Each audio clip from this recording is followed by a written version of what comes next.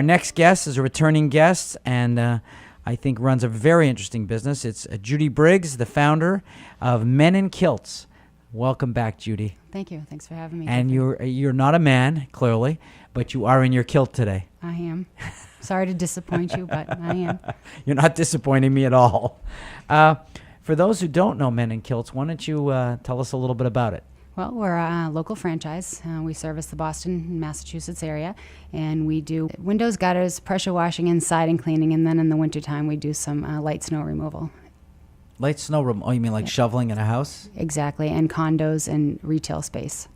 Is that a newer feature for the business as a way of sort of expanding the services? Yeah, it's a way for us to keep busy throughout the year. So in the wintertime, there's a lot of bigger businesses, especially in the retail and the industrial commercial space, that they just have the plows that come through and they don't have somebody to do the walkways, clear the walkways and the entrances. So that's where we come in. You want to give us a little bit of the origins and the history of your business and you're getting into it? Sure. Well, actually, I've been a franchisee for about 12 years with another franchise.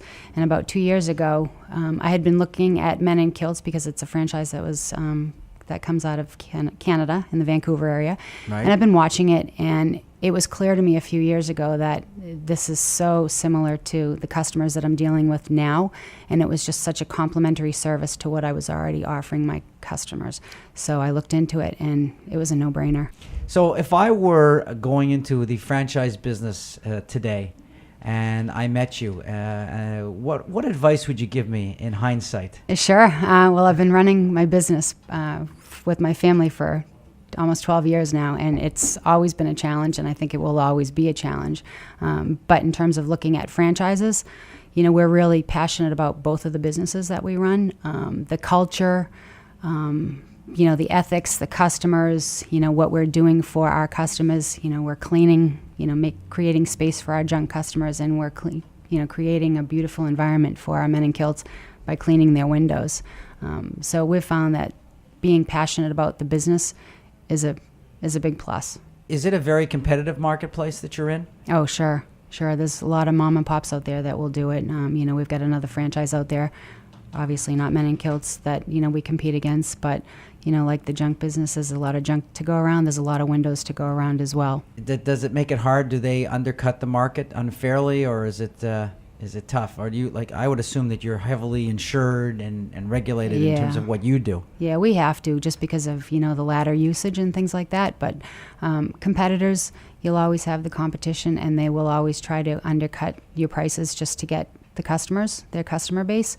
But for us, it's all about the 100% guarantee business model. So if we do your windows and you're not happy with them, we'll come back out, no questions asked, and we'll touch them up. So. Does the government affect the way you do business? Government regulations at all, or? With Men In Kilts, no. It's pretty much, you know, every man for himself out there, and for us, it's just about the customer service, and, you know, nothing else affects us really. In terms of getting commercial jobs, does it make it? Is there any effect in terms of, let's say, union versus non-union type of work? Generally, we're seeing the unions on the high-rise buildings, which we do not get into. Right. You know, if somebody has a high-rise building that wants to work with us, we actually have a resource, a vendor that we could work with.